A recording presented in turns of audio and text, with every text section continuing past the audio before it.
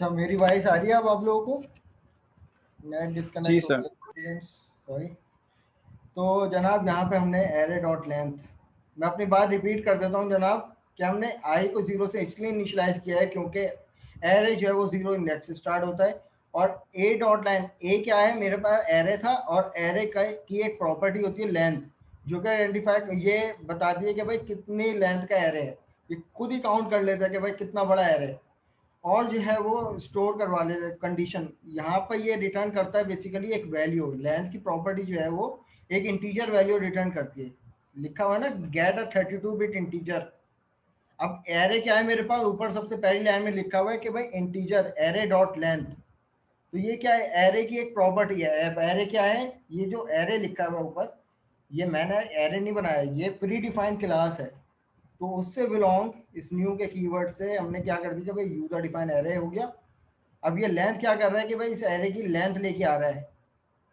अब हमने यहाँ पे बात कर रहे थे जनाब, मैं लेस देन इक्वल टू अगर कर दूंगा तो यहाँ पर ये कंसीडर करेगा इस टाइम जीरो से लेकर 1 2 3 4 5 6 7 8 9 10 11 12 12 एलिमेंट है ना, ये कंसीडर करेगा 13 एलिमेंट। तो ये आ जाएगी। अब ये एक्सपेक्ट करेगा कि भाई एक और एलिमेंट भी होना चाहिए, जबकि एक और एलिमेंट 13वां तो एलिमेंट है नहीं। तो इसलिए ये लेस देन इक्वल टू से क्या आ जाएगी, एक एक्सेप्शन आ जाएगी। और एक्सेप्शन क्या आएगी कि भाई इंडेक्स आउट ऑफ रेंज की एक्सेप्शन आती है। तो मैं अभी एक्सेप्शन भी जनरेट करता हूँ, लेकिन पहले हम स्मूथली इस एरे को प्रिंट करवा के देखेंगे। अब जनाब उसके बाद आई प्लस प्लस, कि भाई पहले जीरो को इंडेक्स करे, फिर आई की वैल्यू प्लस प्लस हो जाए, जीरो से वन हो जाए तो वन इंडेक्स को की वैल्यू को रीड करे, फिर आई की वैल्यू प्लस प्लस हो जाए, फिर टू की वैल्यू को रीड करे। अब ये तो हो गया लूप। अब प्रिंट भी तो करवाना है ना जनाब। अब प्रिंट करवाने के लिए हम उस एरे को लिखेंगे और उसके इंडेक्सिंग में दे देंगे आई। ठीक है, उसके इंडेक्सिंग में दे देंगे आई, कि भाई हर एरे के जो इंडेक्स होगा वो कौन काउंट करेगा, वो ये आई का वेरिएबल काउंट करेगा। तो अब पहली आइट्रेशन होगी तो आई की वैल्यू जीरो हो जाएगी, तो ए के इंडेक्स जीरो की कौन सी वैल्यू उठ के आएगी, वन उठ के आएगी। फिर जब आई प्लस प्लस होगा तो आई की वैल्यू वन हो जाएगी, तो जब यहाँ पे वन की वैल्यू आएगी तो ए के इंडेक्स में वन वैल्यू पे कौन सा एलिमेंट उठ के आएगा, ये वाला एलिमेंट उठ के आएगा। तो जनाब इसका आउटपुट चेक कर लेते हैं।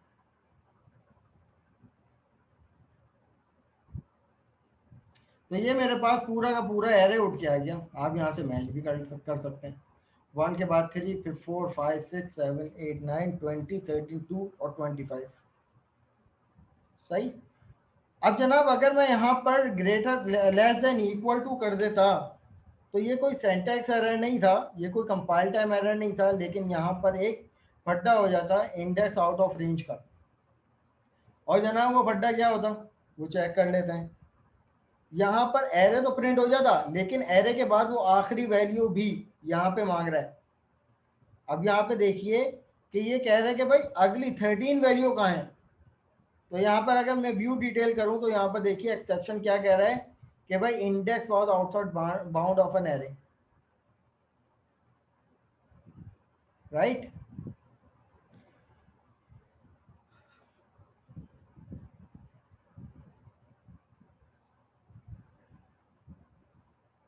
तो जनाब यहाँ तक के एक्नॉलेज कीजिए। अब ये तो हो गया फॉर लूप। जनाब हमने पढ़ा था, बात सुन लीजिए कि भाई एक और लूप होता है फॉर ईच। अब भाई इसमें और फॉर वगैरह में क्या फ़र्क है, तो मैंने उस वक्त वर्बली आप लोगों को बता दिया था कि जनाब फॉर ईच का जो लूप है वो क्या है, वो सिर्फ एक रीड ऑनली प्रॉपर्टी है। अगर हम फॉर ईच की बात करें तो इसमें कोई हम लोग ये डिफाइन नहीं करते कि भाई एरे जो है वो जीरो से स्टार्ट हो, लेस देन इतना चाहिए, फिर आई प्लस प्लस वॉट एवर, इसमें कोई ऐसी कहानी नहीं आती। इसमें आप एक वेरिएबल डिफाइन करते हो, अगर आपको एरे इसके थ्रू प्रिंट करवाना है, रीड करवाना है। अब जिस टाइप का एरे है उस टाइप का आप पहले वेरिएबल बना दोगे। हमने ले लिया यहाँ पर आइटम्स के नाम से, सही है। मैंने फिर आपको अर्ज किया कि फॉर ईच में एक वेरिएबल आता है, अगर हम एरे रीड करवा रहे हैं तो जिस टाइप का एरे है, अब एरे क्या है, इंटीजर टाइप का है, तो हमने उसी टाइप का एक वेरिएबल बना दिया आइटम्स के नाम से। उसके बाद यहाँ पर एक कीवर्ड आता है इन का। इन के बाद आप से मांगता है कि भाई अब वो बताओ कि क्या कलेक्शन को, वो कौन सी कलेक्शन है जो आपको रीड करवानी है। तो अब मैं यहाँ पर अगर बात करता हूँ तो मेरे पास कलेक्शन क्या थी, वो था एरे ए। ए मेरे पास क्या था, कलेक्शन। तो अब ये इन का कीवर्ड, ये फॉर के तीनों काम करता है। इन का कीवर्ड जो है वो डेटा को रीड करवाएगा और पूरा कलेक्शन को रीड करवाकर आइटम में स्टोर करवा देगा। अब अगर मुझे जनाब यहाँ पर एरे प्रिंट करवाना है तो मैं सीधा सीधा यहाँ पे लिखूंगा आइटम्स।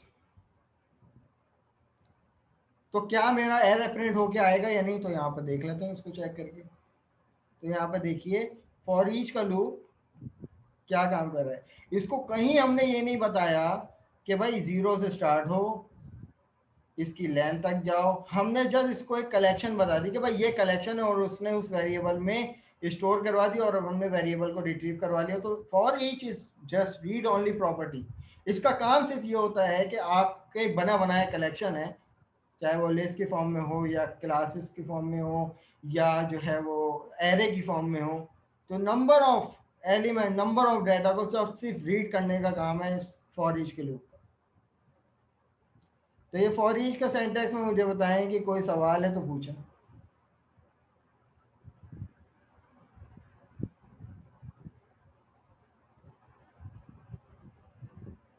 सर ये फॉर ईच की स्टेटमेंट एक दफा फिर से रिपीट करना। मैं दोबारा रिपीट कर देता हूँ।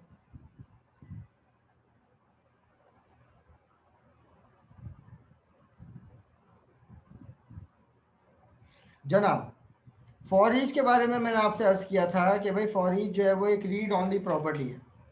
अब जैसे कि ये कलेक्शन है ना, अब हमें नहीं पता ये कितना भी बड़ा कलेक्शन हो सकता था। अब फॉर लूप में तो हमें ये बताना पड़ा कि भाई कलेक्शन 0 से स्टार्ट होगा और n-1 तक जाएगा, यानी एरे डॉट लेंथ और आई प्लस प्लस। ये तो फॉर लूप है, ये तो हम पहले से इस्तेमाल करते वाले हैं। लेकिन उस वक्त मैंने आप लोगों को बताई थी ये बात कि जनाब फॉर ईच का लूप जो है वो जैसे एक रीड ओनली प्रॉपर्टी है। आप लिखोगे फॉर ईच, ठीक है। अब यहाँ पर देखिए क्या कह रहा है कि भाई for each code snake for each statement. तो मैंने यहाँ पे कह दिया कि भाई फॉर ईच, ये फॉर ईच के आगे पैरेंथेसिस और ये आगे इसकी बॉडी। फॉर ईच में जो है ये क्योंकि कलेक्शन मांगता है तो कलेक्शन हमारे पास ये है। अब जिस टाइप की ये कलेक्शन है, यानी फॉर एग्जांपल ये एरे है ना मेरे पास, ये एरे जो है वो इंटीजर टाइप का है। तो ये सबसे पहले रिक्वायर्ड है इसको कि भाई इंटीजर टाइप का कोई भी वेरिएबल बना दो। आप यहाँ पर कोई भी एक्स के नाम से बना लो, कोई भी वेरिएबल बना लो। फिर आप इनका कीवर्ड लगाओ और इनके कीवर्ड के बाद उस एरे को बता दो कि भाई क्या कलेक्शन है आपके पास। तो जनाब मेरे पास यहाँ पर ये कलेक्शन आ गई। अब इसका मतलब ये है कि भाई इनके कीवर्ड ने इस कलेक्शन को रीड कर लिया और इस वेरिएबल में क्या कर दिया, स्टोर कर दिया। अब फॉर ईच का लूप, अब ये जो वेरिएबल है ये क्या है, ये फॉर ईच का एक लोकल वेरिएबल है। अब इसके पास एक पूरी एरे की कलेक्शन आएगी और आप यहाँ पर क्या करोगे कि इस एक्स को यूज कर लोगे तो पूरा कलेक्शन एक्स के पास आया हुआ और ये एज इट इज आपके पूरे एरे को प्रिंट करवा देगा। इसकी मैं एक और एग्जांपल आप लोगों को करा दूं। अब मैं अगर फॉर एग्जांपल, अब मेरे पास इंटीजर टाइप का वेरिएबल नहीं है, एरे नहीं है, मेरे पास है स्ट्रिंग टाइप का एरे, सही है। और ए के नाम से मैं, बल्कि नेम्स के नाम से मैंने एक एरे बना दिया और उसके अंदर equal to new, new string करने के बाद मैंने यहाँ पर एक कलेक्शन प्रोवाइड कर दी।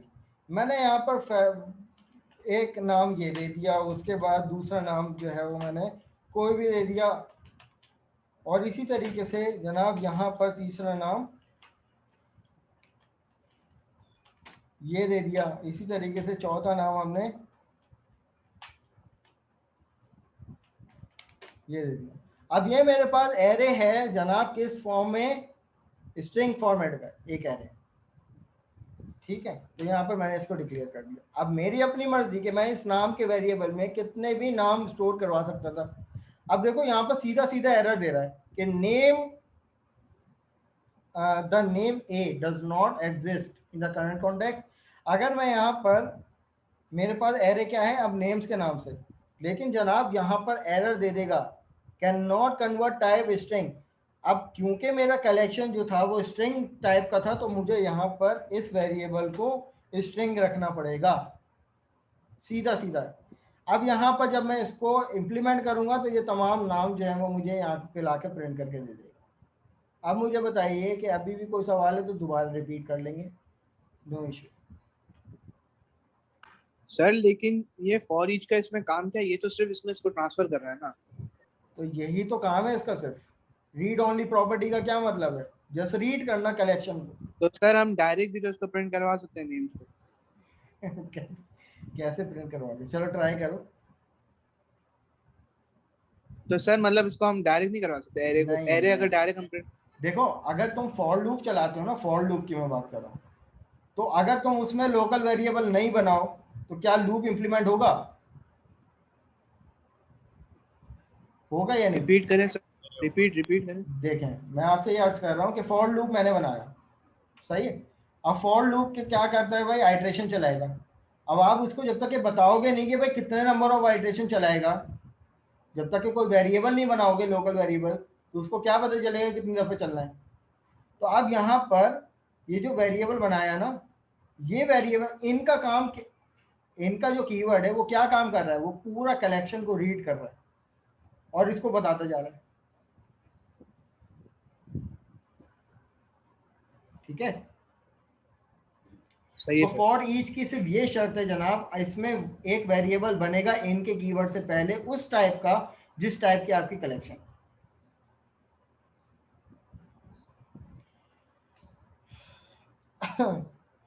अच्छा जी, उस्मान गनी क्या कह रहे हैं? हाँ उस्मान गनी, आप बिल्कुल जा सकते हैं, सही है आपकी अगर। अच्छा जनाब, तो ये मेरे पास एक कलेक्शन आ गई। अब जनाब हमारे पास कुछ प्रॉपर्टीज होती हैं। फॉर एग्जांपल अगर मैं इसी एरे की बात कर लूं,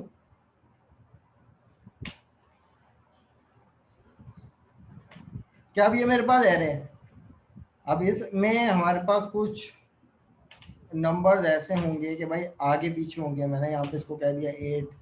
अब मैं क्या चाह रहा हूँ कि भाई मुझे इसको सॉर्टेड ऑर्डर में लिखना है, इसको सॉर्टेड ऑर्डर में प्रिंट करवाना है। तो जनाब हमारे पास एरे की एक प्रॉपर्टी आती है। अब इससे आप लोगों को आई होप के एरे की क्लास भी समझ में आ जाएगी। अगर मुझे इस एरे को सॉर्ट करना है ना, तो एरे की जो क्लास है वो हमें कुछ मेथड प्रोवाइड करती है, लाइक सॉर्ट। अब ये क्या है? एक मेथड है। अब जैसे मैं इसका पैरेंथेसिस खोलूंगा ना, तो ये मुझसे एक पैरामीटर मांग रहा है। अभी ये मैं कसदन इसको नहीं छेड़ने चाह रहा था क्योंकि ये मेथड्स हैं बेसिकली। अब क्योंकि आप लोगों की टीचर ने आपको मेथड्स वगैरह पढ़ा दिए हैं और उसमें पैरामीटराइज मेथड भी पढ़ा दिया होगा, तो यकीनन तो ये क्या है? एरे। अब एरे का एक मेथड है सॉर्ट। सॉर्ट मांगता है एक एरे कि भाई कौन सा एरे जिसको सॉर्ट करना है। ये बाय डिफॉल्ट क्या करता है? असेंडिंग ऑर्डर में सॉर्ट करता है। तो भाई मेरे पास कलेक्शन जो है वो है क्या है? एरे। अब इसको मिल गई कलेक्शन। अब इसने मेमोरी के अंदर इस एरे को इस इंस्ट्रक्शन के बाद क्या कर देगा? सॉर्ट कर देगा। सॉर्ट कर देगा। सॉर्ट का मतलब असेंडिंग ऑर्डर में, कि भाई 1 के बाद 2 आना चाहिए, फिर 3 आना चाहिए, फिर 4, जो भी। फिर उसके बाद अगर मुझे प्रिंट करवाना है तो जनाब मैंने फॉर का लूप ले लो या फॉर ईच का लूप ले लो, आपकी अपनी मर्जी है, दोनों अब आप लोगों को आते हैं। तो जनाब मैंने यहाँ पर इंटीजर एक्स का वेरिएबल लिया, इनके बाद मैंने दे दिया कलेक्शन। अब जो कलेक्शन क्योंकि इस लूप से पहले सॉर्टेड हो चुका है, तो यहाँ पर जब मैं इसको एक्सेस करवाऊंगा तो जनाब ये मुझे इस तरह से एरे नहीं देगा। चलो मैं यही वाला लूप जो है वो इधर, सॉरी, यहाँ पर पेस्ट और यहाँ पर भी मैं इसको पेस्ट करवा देता हूँ। तो जनाब एक लूप जो है वो मेरे पास अनसॉर्टेड प्रिंट होगा पहले, सॉर्टिंग इंस्ट्रक्शन से पहले, और जो दूसरा लूप है वो यहाँ पर मेरे पास सॉर्ट इंस्ट्रक्शन के बाद प्रिंट होगा। तो मैं यहाँ पर जनाब एक लाइन प्रिंट करवा देता हूँ, सॉर्टेड सॉर्टेड एरे, ठीक है जनाब, स्लैश एन। तो अब इसका आउटपुट क्या आएगा आप देख लीजिएगा। तो जनाब ये देखिए, तो अब ये जो मेरे पास लूप है, ये वाला जो एरे था वो जनाब क्या था, एक अनसॉर्टेड, जो जैसे कि एज इट इज था। और उसके बाद ये जो मेरे पास कलेक्शन आई है, ये क्या है, ये सॉर्टेड कलेक्शन है। सॉर्ट कैसे किया भाई, एक प्री डिफाइंड मेथड हमें मिलता है। अब अगर इसी को मुझे रिवर्स, अगर मुझे इसी को अनसॉर्ट यानी डिसेंडिंग ऑर्डर में प्रिंट करवाने के, भाई मेरे पास 25 फिर 20 इस तरीके से प्रिंट हो, तो आप सीधा सीधा क्या काम करोगे, हमारे पास इसका एक और मेथड आता है एरे का, एरे डॉट, आप इसको क्या कर दो, रिवर्स कर दो। और रिवर्स किसको कर दो, उस एरे को। पहले वो क्या करेगा, सॉर्ट करेगा, और उसके बाद जब वो रिवर्स करेगा तो जनाब वो डिसेंडिंग ऑर्डर में आपका एरे आपको प्रोवाइड हो जाएगा। तो मैं इस इंस्ट्रक्शन को कॉपी करता हूँ और इसके बाद, बल्कि मैं इसी को कॉपी करता हूँ और इससे पहले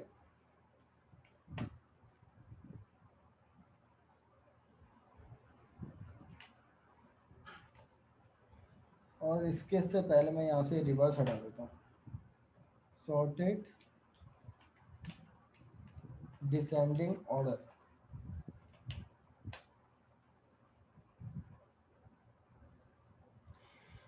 तो अब इससे मुझे क्या आउटपुट मिलेगा वो देखते हैं। अब ये ऊपर वाला मेरे पास कौन सा एरे था, ये वो एरे था जो एक्चुअल था। अब उसके बाद जो मेरे पास जो अगला एरे मिला मुझे, वो सॉर्टेड ऑर्डर में मिला, और उसके बाद जो अगला एरे मिला वो डिसेंडिंग ऑर्डर में मिला, लेकिन सॉर्टेड। अब जनाब अगर मेरे पास कोई भी एक एरे हो, ज़रूरी नहीं ये तो इंटीजर था, अब इसकी जगह कोई भी स्ट्रिंग एरे भी हो सकता था मेरे पास। मैं अगर यहाँ पर इस एरे को चेंज कर दूं, तो वो अल्फाबेटिकली ऑर्डर के बिहाफ पर जो है वो क्या करेगा, एरे को चलाएगा। अब मैंने यहाँ पर स्ट्रिंग एक एरे ले लिया, और यहाँ पर ए के नाम से मैंने एरे ले लिया, और उसके बाद मैंने यहाँ पर कुछ वैल्यू प्रोवाइड कर दी। फॉर एग्जांपल मैंने यहाँ पर अपना नाम दे दिया, और उसके बाद मैंने जनाब यहाँ पर ये नाम दे दिया, और उसके बाद जनाब मैंने यहाँ पर तीसरा कलेक्शन दे दिया। फिर जनाब मैंने यहाँ पर एक और कलेक्शन दे दिया जुबैर, और यहाँ पर जनाब एक और कलेक्शन दे दिया बासित। अब जनाब मैंने कुछ नाम के मैंने एरे बना लिए। अब सबसे पहले मुझे क्या करना पड़ेगा, फॉर ईच में तीनों, फॉर ईच में मुझे एरर दे रहा है, क्यों दे रहा है, क्योंकि यहाँ पर मुझे इंटीजर की जगह स्ट्रिंग करना पड़ेगा। चलो भाई हमने यहाँ पर स्ट्रिंग कर दिया, ठीक है। अब इसको कोई एतराज नहीं है। अब ये जो सॉर्टिंग करेगा वो अल्फाबेटिकल ऑर्डर में करेगा। अब यहाँ पर इसका आउटपुट देखिएगा जनाब आप लोग। अब ये वो एरे था जो कि एज इट इज जो एरे बना हुआ था वो प्रिंट हो गया। सॉर्ट होने के बाद जनाब ये देखिएगा, ए के बाद कौन सा करेक्टर आया, बी, बी के बाद अल्फाबेटिकल ऑर्डर में एम आता है, फिर आर आता है, फिर जुबैर आता है। अब जनाब अगर बी के नाम पे भी अगर कोई और दो नाम होते तो जनाब वो बी पहले करेक्टर तो सेम है, फिर वो दूसरे करेक्टर के भी आप पर सॉर्ट करता। इस चीज को समझिएगा। अगर फॉर एग्जांपल मेरे पास बासित की जगह एक और नाम होता बिलाल, तो अब यहाँ पे देखिए कि दोनों बी से स्टार्ट हो रहे हैं, लेकिन आपके हिसाब से पहले अगर मैं सॉर्टेड की बात करूं तो सॉर्टेड लिस्ट में बासित पहले प्रिंट होना चाहिए या बिलाल? बासित। सही है, बासित इसलिए प्रिंट होने चाहिए क्योंकि पहला कैरेक्टर तो दोनों का सेम है, लेकिन उसके बाद जब ये दूसरे कैरेक्टर पे आएगा सॉर्टिंग करने के लिए, तो दूसरा कैरेक्टर जो है वो पहले ए है, फिर ये आई है, ठीक है। अगर इसी तरीके से अगर बासित की जगह एक और नाम होता बिस्वा, तो अब मुझे बताइए कि कौन सा नाम पहले प्रिंट होता सॉर्टेड में? बिलाल। ठीक है भाई, तो ये बात आप लोगों को समझ में आ गई अल्हम्दुलिल्लाह, ठीक है। तो सॉर्टेड लिस्ट में ये बिलाल प्रिंट हो गया। और मेरा एक सवाल है, जी पूछिए। जो आपने जो सबसे पहला जो जो आपने स्ट्रिंग का एरे बनाया है, उसमें आपने स्ट्रिंग ए इक्वल्स टू के बाद वो जो ऊपर वाला है उसमें न्यू इंटीजर डाला था और नीचे वाले में नहीं डाला, तो इसका नीचे वाले में क्यों नहीं डाला, ऊपर वाले में क्यों डाला था? नहीं, अगर मैं इसमें अगर डाल दूँ ना इस तरीके से, देखो एक पैटर्न ये होता है। अब इस एरे का मतलब ये है कि आपने एक एरे बना दिया, अब आप कितने भी एलिमेंट इसमें स्टोर कर सकते हो, राइट। अगर मैं जैसे मैं यहाँ पर इसको ये कर दूंगा कि न्यू के बाद मैंने कह दिया स्ट्रिंग, तो मैं ये भी कर सकता हूँ। इसका मतलब भी यही है कि आपने एक एरे बनाया, आप कितने भी एलिमेंट स्टोर कर सकते हो। लेकिन अगर मैं यहाँ पर इसमें रैंक डिफाइन कर दूंगा कि फॉर एग्जांपल मैंने यहाँ पर 6 रैंक डिफाइन कर दिया, तो अब यहाँ पर मुझे कहेगा कि अब आप देना जरूरी है। हाँ 6 ही एलिमेंट देना जरूरी है, ना तो 6 से कम दे सकते हो ना 6 से ज्यादा दे सकते हो। तो ये पैटर्न है एरे को डिफाइन करने के, 3-4 पैटर्न है, आपकी अपनी मर्जी, जो पसंद आए आप लोग यूज कर सकते हो अपने रिक्वायरमेंट के मुताबिक। यहाँ तक कि कोई सवाल? अब इसके कुछ और एग्जाम्पल पे आ जाते हैं। अब ये तो हमें ये समझ में आ गया कि भाई एरे को लूप के थ्रू किस तरीके से रीड करवाएंगे। अब जनाब फॉर एग्जाम्पल मेरे पास एक यही वाले एरे की बात कर लेते हैं।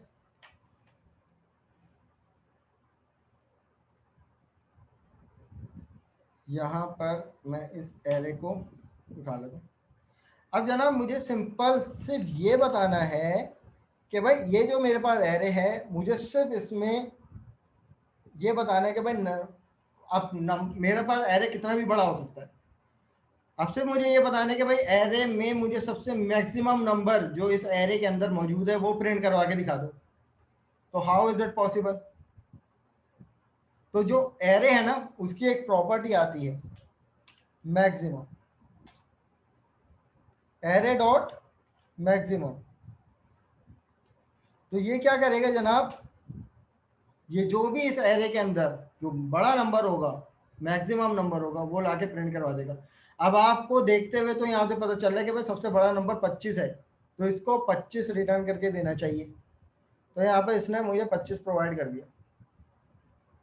इसी तरीके से अगर मैं यहाँ पर इसी को कॉपी कर लूँ, इसी का दूसरा मेथड है,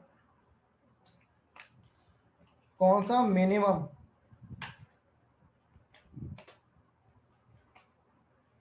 ये आ गया मिनिमम, तो ये रिटर्न करके देगा मैक्सिमम के बाद सबसे मिनिमम नंबर।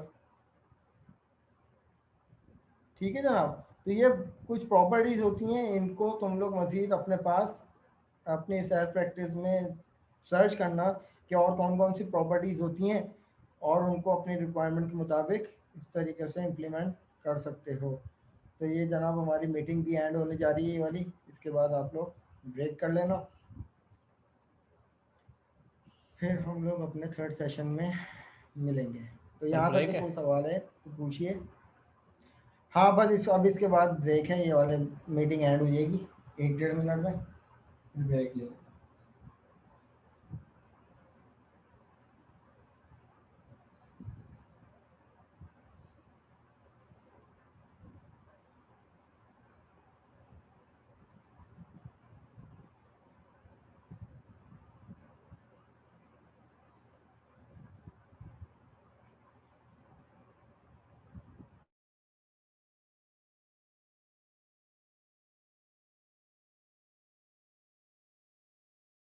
जी आप लोग लीव करना चाहें तो लीव कर सकते हैं, क्योंकि ये जो है ना मीटिंग खुद ही एंड हो जाएगी।